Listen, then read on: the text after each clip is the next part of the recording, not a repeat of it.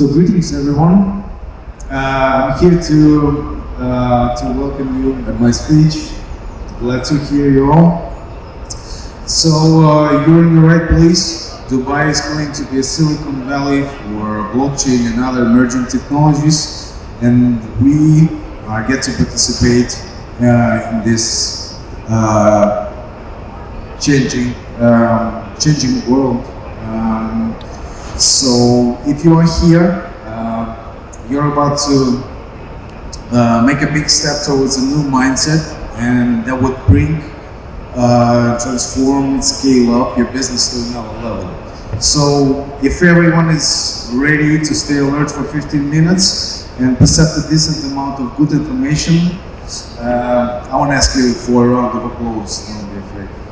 So, who am I? My name is Aleksandr Tkachev. I'm CBDO and co-founder of Rock & Block, a company with 17 years of development experience. And we started Rock & Block as a company that's specified in smart contract development 6 years ago, and quickly evolved into an entity with 180 employees at its peak, having successfully accomplished around 400 projects for our clients. Amongst other projects that we did, these projects came out of our office, and Rock & Block was first used as a backbone for this. Now all of them have separate teams and make their decisions on their own. So if you like, I can tell you more about each project. They're truly unique, but I'm here to talk about a slightly different subject. So as developers, we deliver a wide variety of services on a turnkey basis on any blockchain, providing any type of environment on state-of-art smart contracts level, and from plain token contracts up to V3 DEX, games, metaverses, and of course the topic of this speech is artificial intelligence, which we also execute greatly with a blockchain layer on top of necessary. We also transformed our expertise into additional services like investment, legal consulting, car park support, big data analytics, and whatever it takes for a startup or corporation to evolve from the software perspective, of course. We have been in the space for quite a while and have built our name and credibility to an extent we would rather perform with excellence on a project or would let it go, even good, a shady yet profitable project for the sake of saying our good name as a project for future endeavors. That's our motto as a company. So I have come here with a present, since the topic of my speech is AI trends in 2023. In the end, you will be able to receive a nice present. Okay? So this is a list of more than 600 neural networks and different tools we use in our company. So why do I even speak on this subject? As a company, we developed a number of projects. For example, 4 years ago we did Smart Realty. It is a service that processes open source real estate data through AI to dynamically estimate the costs of real estate on a daily basis and predict rental expectations for different periods of time, analyze a number of different parameters for funds, developers, and clients. Second was Ocular. Basically, we processed video data and analyze it to trigger different events in the present. Third was Qbox. It's a hardware project that was implemented in South Korea for facial recognition and identification. Fourth, I wish the video was working, but fourth was the hardware tech for 3D mapping in autopilot for vehicles. Also, we did it in South Korea. Oh yeah, it's working. So,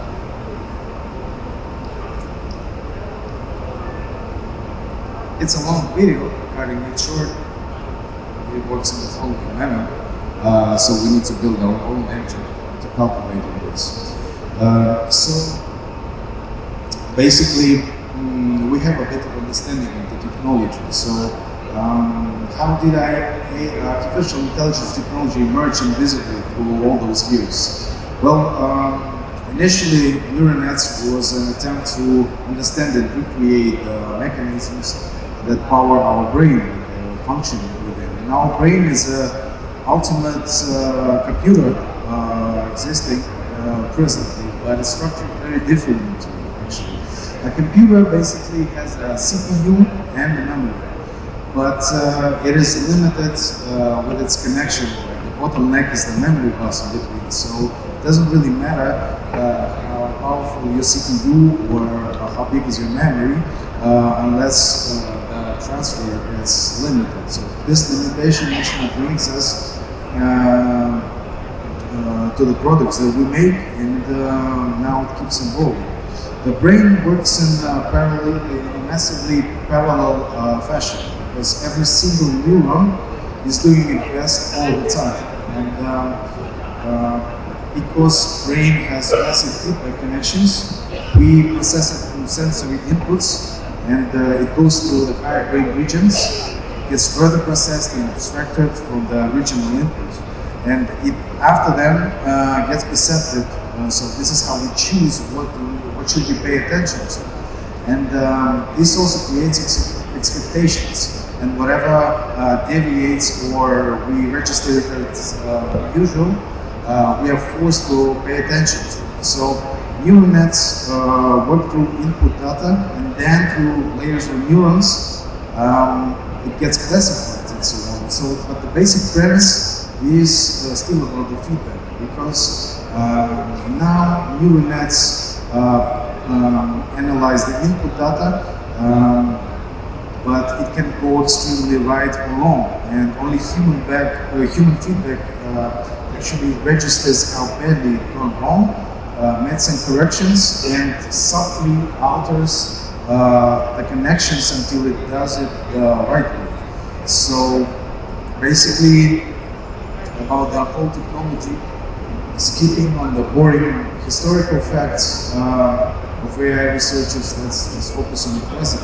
So, this is the end result for now, but the researchers started back in 1940, and in 1970 Herbert Simon predicted that in 20 years robots will be able to do whatever humans can. Well, he mistaken for 33 years.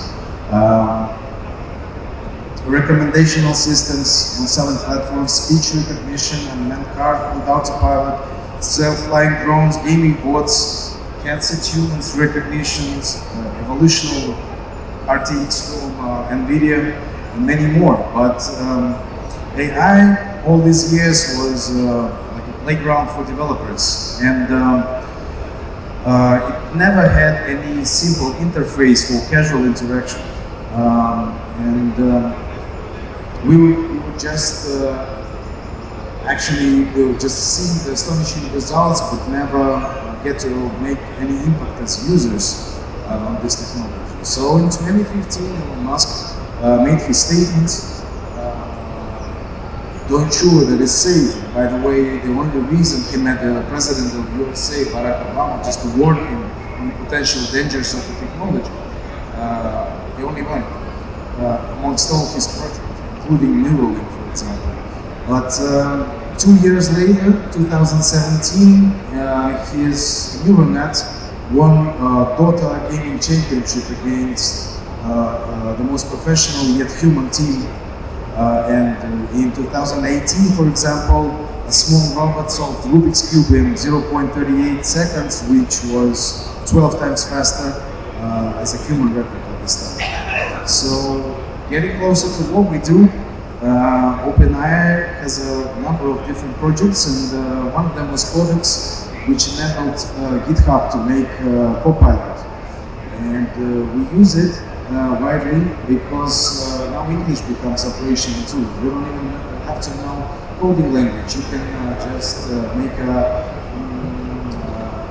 good request using just simply English language, and this is drastically important for us as developers because it helps us to make you development for significantly less cost, which is actually a good thing. Not everyone knows that when you when you develop a project and you need to update any framework or environment, there might be a lot of collisions inside. So, for example, it just illustrates like this, and Copilot actually makes our work way easier, which was unreachable lately. So, if we distance ourselves a bit from development, we need to mention the hyping ChatGPT, which started about 5 years ago, and my name was to predict next word in a sentence. So simple as that. You all remember T9. For example, when you were in a rush or drunk texting, T9, I'm sure, helped a lot of people. But this technology quickly evolved, and due to simple interface in 5 days, it was enough to reach, as you know, 1 million users, and in 2 months, 100 million users. Basically, text was processed word by word, so-called recurrent neural nets. But then it used transformers when text can be perceived by the system as a whole. ChatGPT now has 175 billion parameters, and it works on a larger number of data, including Wikipedia and God knows what part of internet. And the main invariant of ChatGPT, tuning for now, is quite original actually. Besides all of us taking part in this experiment and actually teaching the network, they actually hire the people to mark up the data in the correct way, and they work as employees. So it's not that much of like a standalone artificial intelligence. That human labeling and learning reinforcement makes a huge difference towards new ChatGPT 4. But still, the system has 2 major errors. The input text and the information itself contains mistakes, and it affects the correct analyzing layers. And the second is the lack of massive amounts of marked up data, which the work on which is the main focus right now. We all take part in this. This is just an example of a neural net, like, taught herself to play the snake game and finish it from the first take. Of course, after 100,000 takes, but now it works every single time. So, and this is actually a funny part as well, because OpenAI once posted this vacancy for a guy who would immediately switch off the service when he would see the emergency of rising machines. It created a lot of discussions on the network. But AI is not, as sufficient for now due to the problems that I described. Because, for example, Microsoft's AI chatbot for Twitter got shut down after 16 hours of work because it became utterly racist, basically. So, just like a previous speaker, I think this reminds me of one of his graphs. This is the adoption of the technology, the hype curve, basically. So you are yourself to decide at which point we're here now, but I think this is the same as Bitcoin invention, internet invention, or invention of the wheel. I don't know. Where do you want to be on this graph? Do you want to be in the beginning so that you can implement and earn yourself some money and some status, or you want to be on the plateau when all the sweet spots are basically taken? Right now, basically, from the development and business perspective, I can offer you 3 ways of earning money on AI. So I think you are now well familiar with technology, and but mostly people use it not fully. But I can tell you that even our lawyer uses ChatGPT to correct all the agreements so they would be coherent to all the international regulations and standards, and it actually works pretty well, keeping aside the development perspective. if you don't really use it, here's what can happen. BuzzFeed replaced 180 employees with ChatGPT because only 12% of their staff, but still. Second is you can help businesses to evolve, and that's why we are here. You can use our help because you clearly know the technology, can implement another layer of it. And the second, and the last but not least, you can also develop your AI project. About the second, I can show you just a simple instrument, and add on top of this that the latest Mazda commercial was made purely by AI. And you can imagine how a production company, how much they saved in production, and the margin was pretty good, I think. So you can be that next company. As I promised, the list of AI instruments is able. These are my personal messages. You can just contact me and get the present. I will send it to you immediately. Also, if you have any requests, we can talk business, development, or investment. It's basically your call. So, thanks for your attention. Have a beautiful time in Dubai in this exhibition. What a time to be alive. Thank you.